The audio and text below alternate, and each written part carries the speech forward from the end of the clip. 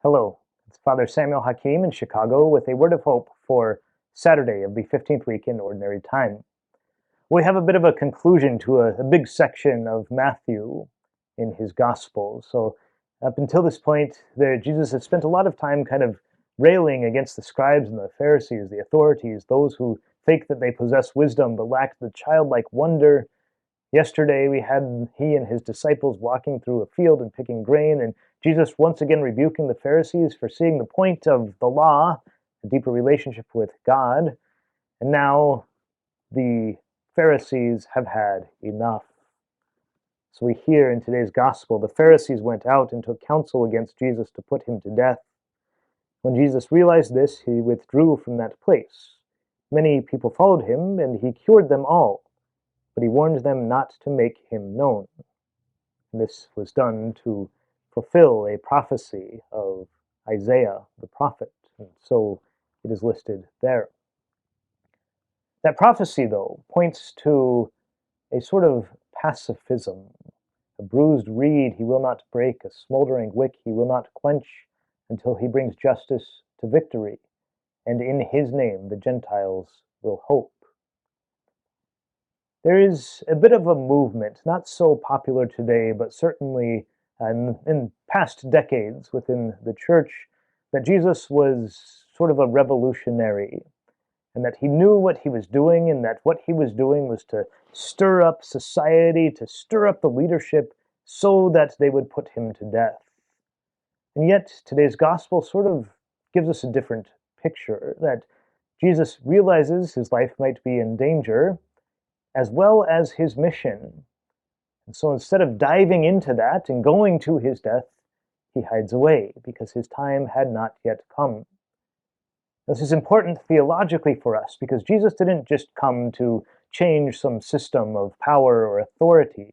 Jesus didn't come to just sort of give us a new rule, a new law, a new governance or structure, much less to tear down an old law or an old governance or an old structure.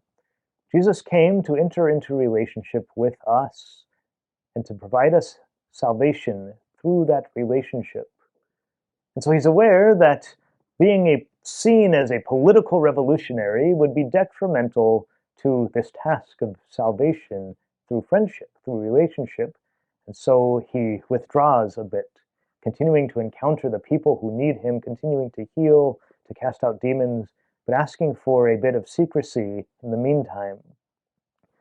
It's important for us to realize this as well. We might want Jesus to be some sort of one who tears down all of the systems of oppression and structure and violence and whatever.